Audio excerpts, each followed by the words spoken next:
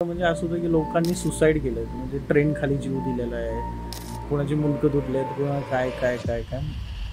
मी एक असा ॲक्सिडेंट बघितला होता की जो आमच्या माइंडमध्ये असं होतं की बाई प्रेग्नंट होती, ऑलमोस्ट 9 महिन्यातच तिचं हे चालू होतं, तिला काय इश्यू असेल वगैरे वगैरे. मी ते ट्रेन खाली जीव दिला होता. तर तिचं अशी डेड बॉडी होती की तिचं बाळपण सुद्धा बाहेर आलं होतं आणि त्या बाळाचे सुद्धा पण तुकडे होते. अजय नावाचा मित्र आहे माझा. मला काहीतरी होतं. ती बाई आली तिचं पोरगं खेळतंय तिथं. ती मला घ्यायला आलेली. एक असा ॲक्सिडेंट बघितलं की त्याच्या मुंडक्यावरून ट्रेन गेली होती. त्याचे तुकडे बिकडे तर आम्ही बघितले होते. तो म्हणतो अबे अरे तो माणूस पण उभा आहे तिथं. त्यांनी साडी घातली आणि त्याला बाहेर जायचं. म्हणजे तो काय असं ट्रान्झिट विंडोसारखं नाही, पण प्रॉपर स्वतःला नटवलं होतं. तो म्हणतो माझं बाळ जन्माला यायच्या टायमाला मी जीव दिला, मला त्याला जन्माला झालं होतं. लिटरली त्याच्या प्रायव्हेट पार्टपासून रक्त व्हायला लागलं होतं.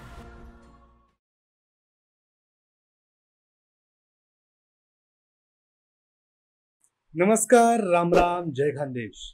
Cutting pay meeting by Chetan Patil या पॉडकास्टवर तुम्हा सगळ्यांचं पुन्हा एकदा स्वागत आहे. मित्रांनो, चॅनल सबस्क्राईब केलं नसेल तर पटकन करून घ्या, कारण नंतर तुम्हाला अजिबात वेळ मिळणार नाहीये. मित्रांनो, खऱ्या आयुष्यातील हॉरर एक्सपिरियन्स शेअर करण्यासाठी आज आपले मित्र अभय आपल्या सोबत आहेत. अभय, तुझं खूप खूप स्वागत आहे. थँक्यू. आणि आज कोणता एक्सपिरियन्स तुला शेअर करणार आहात? मी एक्सपिरियन्स माझ्या मित्रासोबत जो घडला होता, म्हणजे आम्ही दोघं जेव्हा जात होतो त्यावेळेचा एक्सपिरियन्स शेअर करतो. पण एक फॅक्ट आहे, मी एक गोष्ट सांगतो, ज्यांना विश्वास ठेवायचा आहे ते ठेवू शकतात. कारण का आपण कधीच कुणाला कन्व्हिन्स करू शकत नाही की तुम्हाला अनुभव आलाय किंवा नाही आला म्हणून तुम्ही विश्वास ठेवा किंवा नका ठेवू. माझं एकच मत आहे, ज्यावेळेस येईल अनुभव त्यावेळेस विश्वास ठेवा. तोपर्यंत नाही ठेवला तरी काय हरकत नसतं. कारण की अशी गोष्ट आहे की आपण तोंडाने किती बोलून दाखवा किंवा त्या गोष्टी कुणालाही एक्सेप्टेबल नसतं. खरंय. त्यामुळे मी या भानगडीत नाही पडत की तुम्ही विश्वास ठेवा माझ्यावर, मी किती खरं समजतो किंवा खोटं समजतो, या गोष्टींवर मी पडत नाही. अनुभव आला तर बोला. खरंय खरंय. मी सांगून दिलो स्टोरी माझ्या बाबतीची. मुशीमधलंच लग्न होतं, माझ्या मित्राचं होतं. हळद होती त्याची. हळदीला म्हणजे मला काय फार काही इंटरेस्ट नसतो, कधीच इंटरेस्ट नसतो हळदीला होती ना. माझ्या त्याच्यासमोर कोण नव्हतं म्हणून मी गेलो होतो. आम्ही दोघं म्हणजे अजय नावाचा मित्र आहे माझा. आणि त्याचं कसं होतं सीन, त्याला जायचं 100% जायचं असतं, त्याचा सीनच असतो म्हणजे कुठलाही. त्याला असं धागावचे मित्र मित्र अशा टाईपचं. मला एवढं काही इंटरेस्ट नसतं. आम्ही संग्राम जिमला सोबत असायचो. संग्राम जिम झाल्यानंतर मग तिथंच रेडी बिडी होऊन आम्ही मुशीला गेलो होतो. हळद बिळद उरकून विरकून आलो मस्तपैकी. हळदीला पण राडा, खूप राडा, नाचला बिचला. असं लोकांचं असं होतं की दारू बिरू पिणं, पण आमच्या कल्चर म्हणजे आमच्या दोघं मित्र असे सर्कलमध्ये की आम्ही अजूनपर्यंत कधी दारूला हात पण नाही लावला किंवा गोष्टींना आम्ही इन्व्हॉल्व पण नाही. असं नाही की आमचे मित्र बाकीचे पित नाही किंवा काय नाही. असं एवढं आहे की आम्ही त्या गोष्टींपासून लांबच राहतो. तर हळद बिळद झाली वेळी रात्रीचे ऑलमोस्ट 1-2 वाजले होते. दोन तरी बघून मुशीवरून निघालो होता. तो थकला होता म्हणून मी गाडी चालवत होता. गाडी चालवता ऑलमोस्ट जो आकुर्डीचं गणेश थिएटर आहे ना, गणेश स्टेशन पासून जो आकुर्डीच्या स्टेशनला रोड जातो, एक ब्रिजवर जातो चिंचवड गावाला आणि एक आकुर्डी स्टेशनला, तिथं पोहोचलो होतो. आणि हळदीला थोडासा रिमझिम पाऊस होता. आता मे बी हे खरं किंवा खोटं लोकांना वाटेल पण, तर आम्ही जेव्हा रोडवर पोहोचलो होतो ना, तर मला कारण का त्या गणेश थिएटर पाशी अजून पण भीती वाटते. त्याची एक वेगळी स्टोरी आहे. तर मी त्याला म्हटलं की रात्रीचे 2 वाजता आपण जेव्हा कोणतरी गाडी येईल ना त्याच्या साह्याने आपण जाऊ, कारण का दोघांना भीती वाटत, मला तरी भीती वाटत होती. तर कुठलीच गाडी आहे ना, आम्ही 10-15 मिनिटं थांबलो की कुठलीच गाडी येत नव्हती. म्हटलं फायनली चला मी जाते. आम्ही निघालो. आम्ही जसं त्या रोडवर पोहोचलो ना, अख्ख्या रोडच्या लाईटी धड धड धड धड धड धड धड धड धड बंद झाली. फक्त एकच लाईट ती चालू होती, काहीतरी असेल ती झाकझूक करून. मी गाडी थांबवली. म्हटलं की आपण दुसरा निघालो. म्हटलं काय नाही होत, चल चल चल. तरी मी 10 मिनिटं थांबलो की अरे भाई कुठली तरी गाडी येऊ दे. माझं असं सीन होतं की 2 व्हीलर जरी आली की तिच्या सोबत आपण निघून जाऊया. कारण का त्या रोडला मला भीती का वाटते माहिती आहे का, म्हणजे रात्रीची भीती वाटायची. आम्ही जेव्हा संग्राम जिमला होतो ना, त्यावेळेस जेव्हा आमचा 5चा टाइम होता, म्हणजे 5-6च्या टायमाला आम्ही जिमला जायचं. नाही संध्याकाळी. हा. आणि संध्याकाळी असं होतं की त्या लोकांनी तिथं पहिलं आत्ता मॉडिफाय झालंय, ते सगळं गार्डन बिर्डन तयार केलेलं आहे. आणि तिकडं म्हणजे असं होतं की लोकांनी सुसाईड केलंय, म्हणजे ट्रेन खाली जीव दिलेला आहे, कोणाची मुंडकं तुटलेत, कोणा काय काय काय काय. आणि एक असा ऍक्सिडेंट बघितला होता की जो आमच्या माइंडमध्ये असं होतं की बाई प्रेग्नेंट होती, ऑलमोस्ट 9 महिन्याचंच तिचं हे चालू होतं. तिला काय इश्यू असेल वगैरे वगैरे, मी ते ट्रेन खाली जीव दिला होता. तर तिचं अशी डेड बॉडी होती की तिचं बाळ पण सुद्धा बाहेर आलं होतं, बापरे. आणि त्या बाळाचे सुद्धा पण तुकडे होते. एवढं घाण होतं ना डेंजर ते. म्हणजे इथपर्यंत आम्ही डेड बॉडी बघितलं होतं, त्याबद्दल कधीच आम्हाला काय नव्हतं. पण ती जेव्हा डेड बॉडी बघितली ना, म्हटलं की आता बस झालं, याच्या पुढे नाही बघायचं वगैरे. त्यानंतर आम्ही ठरवलं होतं की नाही, आता संपलं. त्या रात्री जेव्हा मी तिथं पोचलो ना, जेव्हा त्या लाईटी अशा धडधड धडधड एक एक करत बंद झाला, तर आम्ही पुढे गेलो. चल तरी चाललो होतं असं. तर ना त्या टनल पाशी अकुरी स्टेशनच्या पुढे पहिलं गेला ना, तिथं खाली पहिला, आता तो पण वेल डेव्हलप केलेला, टनलच्या इथं असं पाणी बिणी साचलेलं असतं. तर टनलच्या बरोबर कोपऱ्याला आमची गाडी स्लिप झाली. बेकार स्लिप. आता स्लिप झाल्यानंतर आम्हाला असं वाटलं की चल ठीक आहे, काय. आणि तो ना, मी गाडी चालवतो म्हणून मी असा पडलो, या साईडला अशी गाडी होती, असं पडलो, क्लच बीस तुटला, तो पोटाव पडला. तो पोटाव पडून तो पुढे गेला आणि तो झोपला, असंच झोपला. तर मी गाडी बिडी उचलली आणि त्याला पहिलं उचललं, तर तो लागला ओरडायला. असं ओरडायला लागलं की मला काहीतरी होतंय. ती बाई आली आणि तिचं पोरगं खेळतंय तिथं, ती मला घ्यायला आलेली. म्हटलं हे, मला असं वाटलं हा बेवचळला नाही का, असं सीन झाला. तर तो आपल्याला हँडल नाही होती गोष्ट. ऍक्च्युअली रात्रीचे 2 वाजले होते, जेव्हा गाडी पडली तिथं अवतीभोवती कुत्री बित्री असतात, ती कुत्री भुकायला लागलेली असतात, सगळ्या गोष्टी घडत चाललेल्या असतात. जेव्हा तो बोलला की ती बाई आणि तिचं पोरगा, क्लिक होतं ना ते सगळं सीन, तो असा हा की तो ऍक्सिडेंट, ते सगळं सगळं सगळं. आणि एक असा ऍक्सिडेंट बघितलं की त्याच्या मुंडक्यावरून ट्रेन गेली होती, त्याचे तुकडे बिकडे तर आम्ही बघितले होते. अरे तो माणूस पण उभा आहे तिथं, तो पण घ्यायला आलेला आहे. म्हटलं बाई काय नाही का, असं मला तोपर्यंत मला असं हे होतं की नाही, हे बावचाळ्यागत करतोय असं. त्याला कसा बसा उचलला मी, गाडी बसवला आणि हॉस्पिटलमध्ये गेला. हॉस्पिटलमध्ये रात्रीचे छोटे क्लिनिक चालू होतं, त्यांना दाखवलं. 2 दिवस ऍडमिट त्याला केलं वगैरे. त्यानंतर घरी आल्यानंतर सगळं डेंजर सीन होता. एक तर त्याच्या आजीला माझा बेकार राग येतो, बेकार. त्याच्या आजीला मी आवडतच नाही, कारण का लहानपणी त्याच्या संग मी असतानाच असं काहीतरी सीन झालं होतं. आम्ही नदीला गेलो होतो आणि नदीला असं झालं होतं की तो आजारी पडला घरी आल्यानंतर. मग त्याच्या आजीने काहीतरी बघितलं, त्याला म्हटलं की नदीवरची 7 वारी जी चालली होती त्याला झपटून गेली. म्हटलं मी पण होतो, मला का नाही झपटली, असं होतं माझं सीन. आणि त्या दिवसापासून त्याच्या आजीचं माझं थोडंसं काहीतरी होतं. हा, असं त्याच्या आजीचं फिक्स होतं की याच्यासोबत असताना काहीतरी आपण नव्हती बाई, इससे दूर आहे. तर पोरापोरांचं काय झालं त्यावेळेस असं काय. तर आम्ही गेलो. तर घरी आल्यानंतर त्याच्या आजीने मला तर शिव्या घातल्याच होत्या की ऍक्सिडेंट झाला, हे ते. तर त्याच्या आजीला ना, तो काय करायचा, असं बसायचा, एकाच ठिकाणी बसायचा, एकाच खोलीत बसायचा, बोलायचं नाही कुणासंग, काय बोलायचं नाही. रात्री झाले की मग स्ट्रॉंगली फिलिंग करायचं, असं विचित्र हे चाळे करायचं. तो काय करायचा, त्याची लगवीच स्वतःच प्यायचा. हा, आणि हे त्याच्या आजीलाच माहिती होतं. हा, हे त्याच्या आजीलाच माहिती होतं फक्त, हे मला पण माहिती नव्हतं. मला केव्हा कळलं, त्याच्या आजीने ना मला बोलवलं, म्हटली तुझ्या आलेली बाधा ही ह्याच्यावर ढकलली निसर्गाने. तू त्या दिवशी मारणार होता, पण ह्याला ढकललं निसर्गाने. म्हटलं लॉजिक आहे का, काय लॉजिक आहे ह्या गोष्टीचं.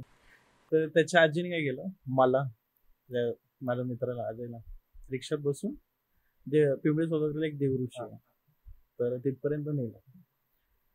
तर त्याच्या आजीने मला बसवलं, त्याला बसवलं आणि स्वतः बसला. तो जो देवऋषी होता ना, महाकालीची जादू वगैरे करणारे, ते पण इंटरेस्टिंग. मला खरंच तोपर्यंत काही भीती वाटत नव्हती की असं काहीतरी चाललं. तर त्यांनी मला बसवलं आणि त्याच्या समोर मला बसवलं, असं समोरासमोर बसवलं. आणि इकडं ते महाकालीच्या मूर्त्या वगैरे, ते बघूनच भीती वाटते ऍक्च्युली असं. तर त्याच्या आजीने सांगितलं की ह्याच्या आलेली बाधा ह्याच्यावर टाकला. बापरे, लिटरली असं सांगितलं.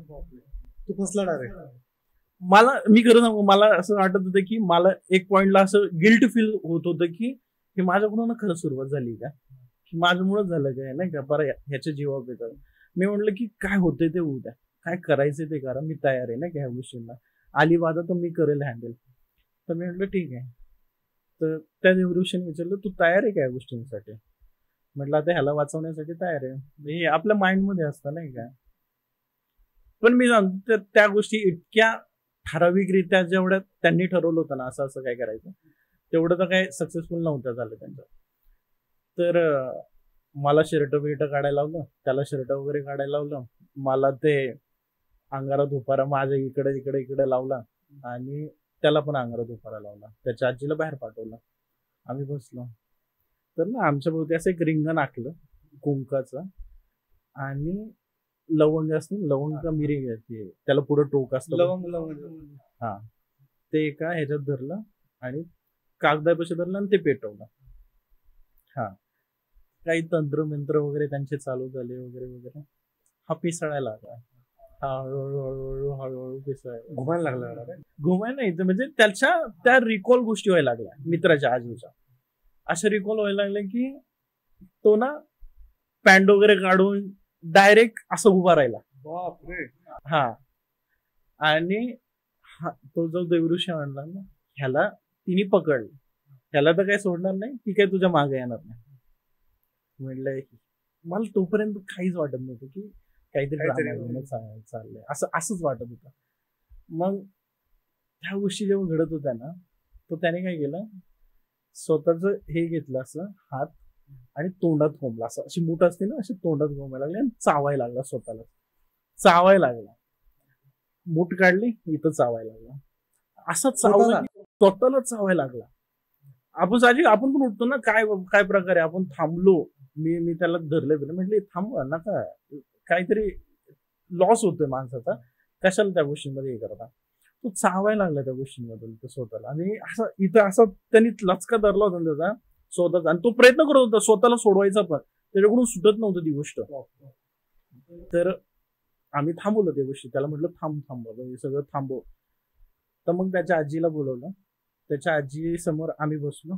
त्याने स्पष्ट सांगितलं ह्याच्यावर ते जाणार नाहीये, करायचं असेल तर ह्याच्यावरच करायचं असं, म्हणजे तुझ्याकडे शिफ्ट होणार नाही. नाहीच होणार, शक्यच नाही, पॉसिबलच नाही म्हटलं. कारण का त्या मोमेंटला हा तिथे होता, त्या सिच्युएशनला हा समोर गेला, त्यामुळे हा होऊच शकत नाही ह्याला. तर मी म्हटलं की काय नाही, काय घडतंय काय, असं चालू होतं. मग त्याच्या आजीने काय केलं, त्याला त्या देवऋषीने एक टोकरी दिली, अशी एक टोकरी, त्याच्यात 7 बाहुल्या दिल्या, 7 त्या काळ्या बाहुल्या समोर, त्या 7 बाहुल्या दिल्या.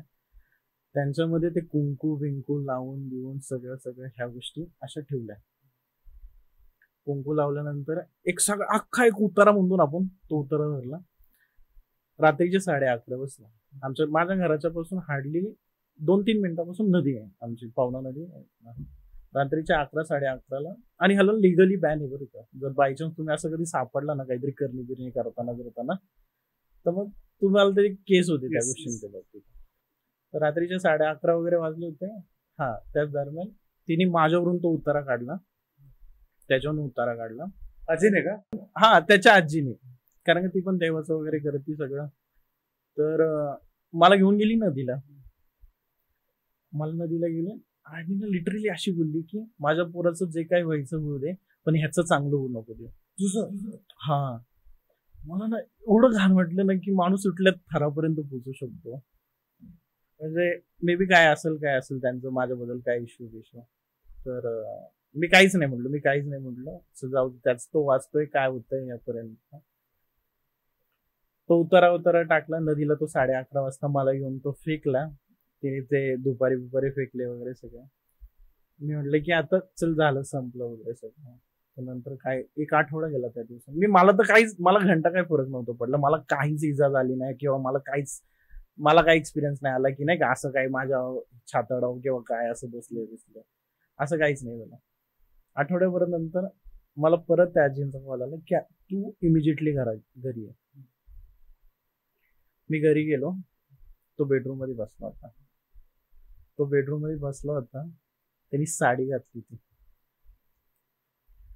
म्हणजे, आणि एवढा घाण सीन होता ना, म्हणजे तो काय असं ट्रान्सजेंडर सारखं नाही, त्यांनी प्रॉपर स्वतःला नटवलं होतं, प्रॉपर सगळ्या गोष्टी होत्या. तो म्हणते माझं बाळ जन्माला यायच्या टायमाला मी जीव दिला, मला त्याला जन्माला घालवलं. आवाजात पण बदल होते का? आवाजात पण बदल, ते लेडीज व्हॉइस नाही का असा, तू जरा खर्चातला आवाज काढून, त्यावेळेस माझ्या बत्त्या गुल. कारण की आपण आपण आपल्याला समोरच्या मित्राला असं कधी बघू शकत नाही ना, किंवा आपलं इमॅजिनच्या बाहेर असते या गोष्टी, असं काहीतरी होऊ शकतं. तर म्हटलं नाही, हे लेस वाढी होते, लेस वाढी. आणि तो रोज रात्री असं करायचा, रोज रात्री साडी घालायला लागायचं. आणि जेवढे त्याला त्याला ते डोहाळे बिवाळे ना तसं तसं त्याला रोज रात्री असं काहीतरी पाहिजे असायचं, की मला आज हे खाऊशी वाटलंय, मला ते खाऊशी वाटलंय, मला मला माझे डोहाळे पुरवले नाही म्हणून तुम्ही तरी पुरवा, हे ते ते ते. तो हळूहळू त्या गेटअप मध्ये ट्रान्सफर व्हायला लागला होता पूर्णपणे. म्हणजे एवढं घाण वाटायला लागलं होतं आणि एवढं वाईट पण वाटत होतं की काय होतंय. मग मला असं वाटलं की हे सगळं माझ्यापासूनच सुरुवात झालं. मग मी काय केलं, माझा मित्र आहे, म्हणजे मी ती त्यापर्यंत कधी लेवल पर्यंतच नेत नाही कुठल्याही व्यक्तीला. माझं एकच असतं, जर तुला जरी ताप आला किंवा तुला काही जरी झालं तर माझं एकच असतं की पहिले डॉक्टरच्या ट्रीटमेंट घ्या. 199, कारण की मी सायन्सचा स्टुडंट, मी सायन्सच प्रोव्हाइड करतो पहिला. तोपर्यंत जर काहीच मरणाच्या दारापर्यंत माणूस जर पोहोचत असेल तर मी कुठेतरी, तर हडपचा उरळी कांचन साईडला माझा मित्र आहे, मग त्याला मी अशा अशा गोष्टी सांगितल्या की असं असं घडलं. मी म्हटलं हे मला का अगोदर का नाही सांगितलं. म्हटलं मला असं वाटलं की आपल्या परीने हँडल होतंय, त्याची आजी त्या गोष्टी करते, आपण नाही एक्स्ट्रा इन्व्हॉल्व व्हायचं. कारण का मला असं वाटलं की मी जर काय एफर्ट्स टाकले तर त्याच्या आजीला वाटेल की पोरग माझ्या पोराचं अजून वाटोळं करायला बसलेलं, मग मी तोपर्यंत इन्व्हॉल्वमेंट नाही दाखवलं. तर मग उरळी कांचनला आम्ही गेलो, त्याला ते सगळ्या गोष्टी सांगितल्या. मी त्याच्या आजीला कन्व्हिन्स केलं की मी पाया पडतो तुमच्या, की त्याला घेऊन चला. त्याच्या आजीला तोपर्यंत ट्रस्ट नव्हता की ह्याला, कारण असं वाटायचं की हा वाटोळ करायलाच टापलेला आहे माझ्या पोराचं. तर मग मी उरळी कांचनला त्याला घेऊन गेलो, त्याला बसवलं. आणि तो असा मुलगा आहे ना, म्हणजे त्याच्या काही अंगात बिंगात नाही बरं का, नॉर्मल आहे, आपल्यासारखा आहे पोरगा, वेल एज्युकेटेड आहे, ज्योतिषशास्त्रामधलं शिकलेला आहे, अध्यात्मातला पोरगा आहे तो.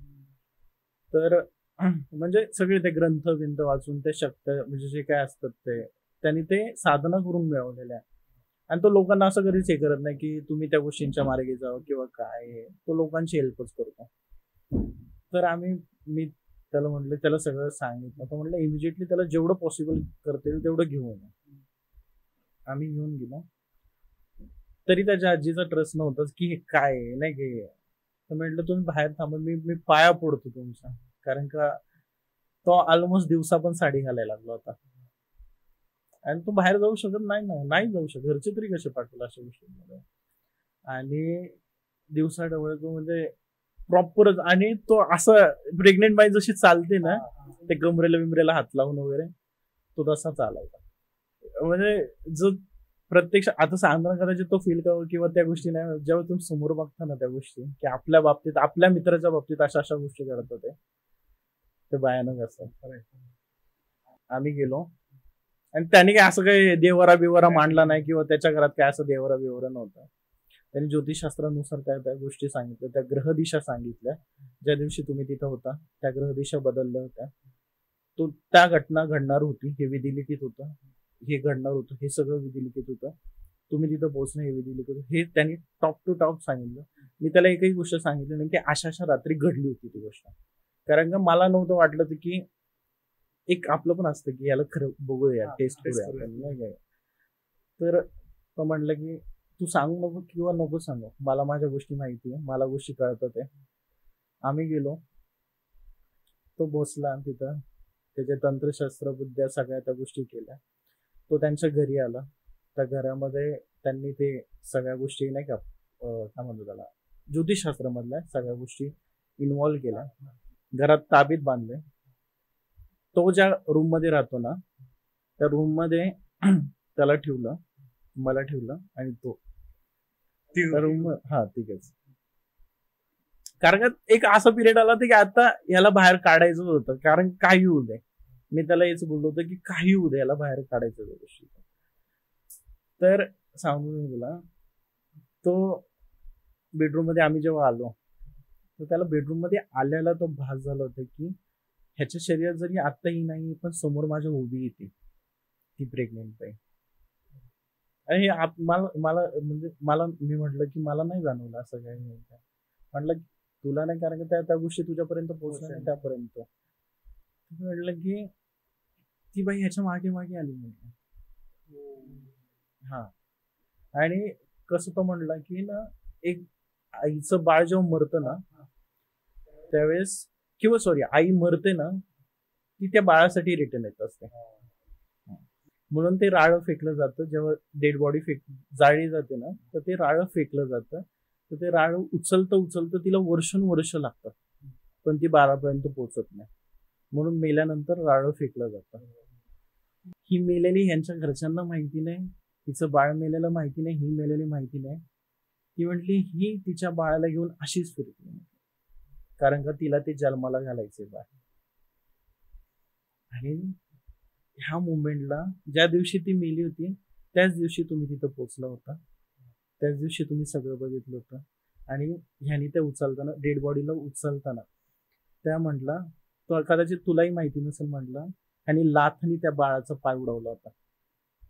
जेव्हा ऍक्सिडेंट झाला होता ट्रेन खाली, तो एक बाळाचा हात, जो पाय का हात आय थिंक काहीतरी होता, तो जो तुटला होता ना, ह्यानी लाथनी असा बाजूला केला होता. म्हटलं ही गोष्ट मला नव्हती नाही. म्हटलं हे आम्हाला कळतं, म्हटलं की व्हिज्युअलाइज होता आम्हाला सगळ्या गोष्टी, नाही का. म्हटलं ह्याच्या मागे ती पडली आणि तिला ती जन्माला घालायचंच आहे बाळ. म्हटलं की हा मेल आहे काय, नाही का लॉजिक आहे. म्हटलं एकदा माणूस मेल्यानंतर ना मेल फिमेलचा या गोष्टींचा संबंध राहत नाही म्हटला. कारण असं होतं की माझा मित्र जर एक्सपायर झाला, त्याची तो मला त्रास देतोय किंवा काय करतोय, मी जर तुला सांगत असताना तू म्हणणार की अरे तो तर माझा मित्र होता, मला का त्रास दे. म्हटलं तो जिवंतपणे तुझा मित्र होता, आत्मात कुणाची मैत्री नसते म्हटला. तर आम्ही एंटर केली रूम मध्ये, त्याला ती भासली, जाणवली पूर्ण. त्याला पूर्ण नागडा गेला. मी लिटरली, कदाचित तुला बिलीव्ह होईल किंवा नाही होईल मला माहिती नाही. तर ना त्यांनी ते तंत्रमिंत्र शास्त्र उभं केलं. माझा मित्र म्हटला ह्याच्या पोटाला हात लाव, त्याच्या पोटाला, अजयच्या पोटाला हात लाव. मी पोटाला हात लावला. बाळ जसं लात मारतं ना, लिटरली तसं बाळ त्याच्या पोटात लात मारत होतं. म्हणला तिचा बाळाचा आत्मा यायचा. म्हटलं शपथ. आणि असं नाही की मी बघितलं किंवा नाही का, मी ते फील केलं. अंगावर काटे यायला लागले शब्द समजला. एवढं घाण सीन झालं की मी हात लावल्यानंतर जेव्हा असं ते प्रेग्नेन्सी मध्ये लात बीत मारतात ना, जाणवतं ना आपल्याला, तसं त्यांनी लात मारली. म्हटलं जोपर्यंत ह्याचं सेगमेंट काय म्हणत, जोपर्यंत बाळ बाळायचं, माझ्या डोक्याला हेच नव्हतं की अरे मेल फिमेलचं असं होतं आणि ह्याच्यापर्यंत काय संबंध, नाही का. म्हटलं यांनी लात मारली होती. एका आईला कधीच आपल्या बाळाला मारलेलं किंवा हे सण होतच नाही. म्हटलं हे तिच्या मागे लागणार, ह्याला घेऊन तर ती 100% जाणार. मग त्याला पूर्ण नागडा केला, त्याला साडी गेटअप तयार केलं पूर्णपणे. त्याला कुंकू बिंकू लावलं, त्याला पूजेला बसवलं. पूजा हार्डली सांगू मी तुला 1 ते 2 तास पूजा चालू असेल ती. आणि ते असं नव्हतं काय की आरडाओरडा करते तो, असं हे जसं पिक्चर मध्ये दाखवता ना आपल्याला, तसं काहीच नाही. तुला सांगतो 2 तासाच्या पूजेनंतर त्याच्या लघवीच्या भागात जे असतो ना मुलांचा प्रायव्हेट पार्ट, तिथून रक्त व्हायला लागलं. लिटरली रक्त व्हायला लागलं. आणि म्हटलं काय प्रकार काय नाही का, वाईट वाटतं ना एवढं सगळं काय गोष्टी. लिटरली त्याच्या प्रायव्हेट पार्ट पासून रक्त व्हायला लागलं. म्हटलं, मला त्यांनी सांगितलं होतं की काय काय पुढे जाऊन गोष्टी अशा घडतील की तुला बघताना त्रास होईल, तू मध्यस्थी करूच नको म्हटलं. एक तर रूमच्या बाहेर जाऊ नको, आलास तर आतमध्ये थांबायचं, जे काय होतं ते डोळ्यांनी बघायचं, त्या सगळ्या गोष्टी बघायच्या. ती पूजा जशी सुरू झाली ना, त्याला पण ते महाकालीचं त्यांनी एक सांगितलं होतं की महाकाली हे महादेवाच्या तळात वावरत. त्याच्यात पण 64 का 62 काहीतरी त्यांची रूप आहे, आणि त्या रूपांमधले पण प्रत्येक देवीचे एक वेगवेगळे डिपार्टमेंट आहे की ही त्याच्या जादूवरच्या त्या गोष्टी.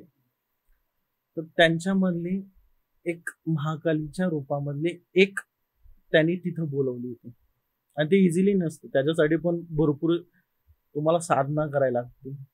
तुम्हाला म्हणजे मला जसं त्यांनी सांगितलं, स्मशानकाली पूजा करावी लागते. स्मशानामध्ये पण पूजा करताना तुम्हाला महाकालीचे काही रूप येतात.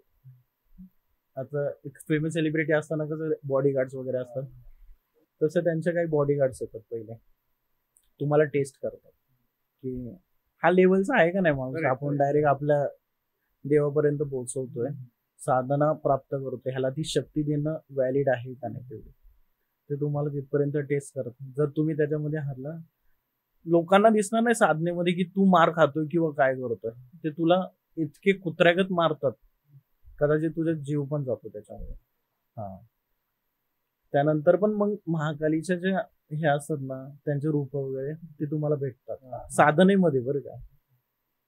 त्यानंतर महाकालीपर्यंत पोहोचण्याचं साधन, हे शक्त्या प्राप्त केल्यानंतर, आणि त्याचा पण मिसयूज या चांगल्या गोष्टीपर्यंत केल्या तर त्या होतात, नाही तर नाही. मग त्यांनी महाकालीच्या एका रूपाला तिथपर्यंत बोलवलं होतं, आणि त्या महाकालीच्या त्या रूपाच्या द्वारे त्या गोष्टी त्याला बाहेर काढायला लागल्या. जेव्हा त्याचं रक्त व्हायला लागलं होतं त्यावेळेस तो ओरडायला लागला होता. असं त्याला बसवलं पण होतं, असं की 2 पायांवर बसवलं होतं, जेणेकरून त्याचं प्रायव्हेट पार्ट म्हणजे इझिली हे होईल. ते तंत्रविद्या वगैरे चालू झाल्या, ब्लड व्हायला लागलं, तसं तसं त्याचं लिंग हळूहळू मोठं व्हायला लागलं, फुगायला लागलं. आणि म्हणजे डिलिव्हरीच्या टायमाला कसं आपण वजाइनामधून बेबी हे होतो, डिलिव्हर होतो, तसं त्याचा प्रायव्हेट पार्ट हळूहळू त्याची साईज वाढायला लागली, आणि तो एवढा किंचाळायला लागला एवढा, आणि त्या ब्लड हे व्हायला लागलं, कारण का ते विजिबलच नव्हतं. म्हणजे असं तो बाळ बाहेर येते किंवा काय असं काही शक्यच नव्हतं. फक्त प्रायव्हेट पार्ट वाढत होता, आणि तो मोठा साईज त्याची मोठी मोठी ओढत होते, आणि ब्लड वाहत. एका पॉइंटला त्याचं ब्लड इतकं व्हायला लागलं की त्याला विकनेस यायला लागला, म्हणजे गळून गेलं, पूर्णपणे गळून गेलं होतं. की आता एक तर असं वाटतं की हा मरतोय, लिटरली असं वाटतं मरतोय. मी असं म्हटलं की थांबव, खरं थांबव, ह्याला त्रास होतोय. आपण म्हणतो ना की आपल्या डोळ्यांसमोर अशा गोष्टी होत होत्या, तर मी म्हटलं की थांबव यार, इथपर्यंत झालंय, बस आहे. ह्याच्या घरच्यांनी एक तर माइंडमध्ये ते पण असतं की ह्याच्या घरच्यांना आत्ता ह्या विद्येत काहीतरी झालं आणि ह्याचा जीव जर गमावला, आणि एक फिक्स असतो, जर ह्या विद्या सक्सेसफुल झाल्या तर माणूस वाचतो, जर नाही झाल्या तर कदाचित साधना उलट्या पण होतात, तर उलट पण होतं. या गोष्टी मला त्या गोष्टींचा अनुभव मी तुला खरं सांगतो. आणि एक माझं असं होतं की ह्या गोष्टी माझ्या बाबतीत घडल्या असतं तर बेहतर झालं असतं, पण त्याच्या बाबतीचा नकोच होत्या मला, कारण काय संबंधच नाही. हळदीला आलेलो माणूस अशा गोष्टी इथपर्यंत पोचतोय, पार साडी घालायला लागला, लिंगामधून रक्त व्हायला लागलं पार. तो म्हटलं की थोडा वेळ, हार्डली त्याचा आवाज वाढायला लागला त्या मंत्रांचा. आणि ना असं वाटतं की आपलं ते मंत्र जेव्हा सुरू होतं ना, आपल्यासोबत एक माणूस नाही म्हणत, ते मंत्र अजून 2 माणसं म्हणतात, अजून 3 माणसं म्हणतात. इको त्या मंत्रांचा आवाज हळूहळू तसा वाढत जातो.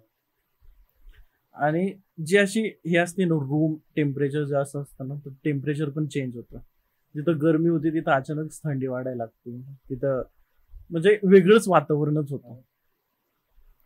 ते मंत्र साधना, त्या गोष्टी सगळ्या एवढ्या भयान वाटत होत्या. ज्या लिंगातून ते रक्त वाहत चाललं होतं, इकडं मला त्रास होत होता ते बघून. एका मोमेंटला तो एवढा घाण ओरडला, त्याचे आईबाप दार वाजवायला लागले. म्हटलं मेलं तरी झालं पण दारू उडू नका, मेलं तरी चालेल. कारण का त्याच्यासमोर काहीतरी वेगळ्या गोष्टी ठेवल्या होत्या, अशा साधनेमधल्याच गोष्टी होत्या. म्हटलं ह्या साधनेपर्यंत त्याला पोचू द्या, त्या बाळापर्यंत. संपला तो विषय, संपला. साधना शेवटची एक राहिली, आणि तो ओरडायला लागला, लय मोठ्याने ओरडायला लागला. म्हटलं तो मित्र असं म्हणायला लागला की मी माझा जीव देतो बाबा, कारण का तो म्हटलं होतं की असं की मला हा त्रास होणं ना, त्या झोन मध्ये यायला लागला तो प्रॉपर, म्हणजे नॉर्मल कल्चर मधून यायला लागला आता, की आता त्याला ते पेन फील व्हायला लागलं. तो म्हणला की नका करू, मला काय करतं, ही गोष्ट सोडा, मला मी मरायला टेकलोय पार, मला घेऊन जाते तर जाऊ द्या, मी तयार आहे जायला, पण मला हा त्रास सहन व्हायला. ह्याने काहीच उत्तर दिलं नाही, काहीच नाही, कारण का त्याला असं वाटत होतं की हे गेम चालू आहे. कारण का आता आपल्यामध्ये जो माणूस आहे तो माणूस तो खरा आहे का नाही, का आपल्याला हा बुडवण्यासाठी. म्हटलं तू मध्ये पडूच नको. जेव्हा साधनं संपले, एक मोठ्याने ओरडला, शेवटचा ओरडला, आणि त्याच्या लिंगातून रक्त थांबलं, आणि तो उठून उभा राहिला. मित्र बेडरूमचं दार उघडलं, डायरेक्ट हॉलमध्ये जाऊन सोप्यावर पडलं. तसाच एवढं घाण होतं ना, अख्खं रूम रक्तानी भरली होती, अख्खी रक्तानी. म्हटलं माझा मित्र उरळी गांधी म्हटलं की झालं आता काय नाही, फक्त मेडिकल ट्रीटमेंट घे थोडंफार, त्याचं डॉक्टरांना दाखव, कारण का प्रायव्हेट पार्ट इजा काय झाला असेल वगैरे वगैरे तेवढ्या दाखव. झाला. त्याच्या आजीला मी सांगितलं अशा गोष्टी घडल्या, त्यावर एक कांचनच्या मित्रांनी पण सांगितलं अशा गोष्टी. मी तुम्हाला सांगतो, माझ्या हे करा, ट्रस्ट ठेवा. त्याची चुकी नव्हती, कोणाची चुकी नव्हती, ती नियतीची होती. ह्यानी त्यावेळेस तसं केलं होतं तुमच्या मुलाने, त्यामुळे त्याच्या मागे गोष्ट झाली होती. मग अंगाव मी अजून पण जर कधी आठवलं तर मित्र माझ्या संग बोलतो, पण त्याच्या घरचे माझ्या संग नाही बोलत, आता पण नाही बोलत. ते त्यांनी आता ते इथं राहत पण नाही, कारण त्यांना असं वाटतं की त्या रूम मध्ये अजून पण त्या गोष्टी काय करतात. ते रेंटनी पण नाही देत कुणाला ते घर किंवा काय नाही. ते म्हणजे मी PCMC मध्ये राहतो, ते एरिया सोडून कोथरूडच्या साईडला शिफ्ट झाला. आता ओके ना? हा, तो पूर्णपणे ओके. कोणासोबत सुद्धा असं नको व्हायला पाहिजे. नकोच. मी अक्षरशः असं म्हणून की माझ्या मरणाची वाट बघणारी लोकांना पण असं कधी होऊ नये. नाही खरं शब्द थोडं पेनफुल ते. आणि आता तशी लोक पण मिळत नाही जी आपल्याला यातून वाचवतात. मी तुला सांगू, 99% जे लोक आहे ना, ही देवऋषी वगैरे, आता त्यांनी असं आहे की जर तुझी ट्रीटमेंट सुरू असेल ना, त्या ट्रीटमेंटमध्ये असं असतं की ही साधना ती गोष्ट करणार आणि अर्धी उद्या, म्हणजे तुझ्याकडून 25,000, पुढच्या वेळेस 25,000, त्याच्या वेळेस 25,000. माणसाला होप लागतात, आपण इन्व्हेस्टमेंट केली तर त्या गोष्टी तशा होईल, पण कधी कधी नाही होत. त्याच्यात पण खूप फसवी, ओरिजिनल नाही मिळत. नाही.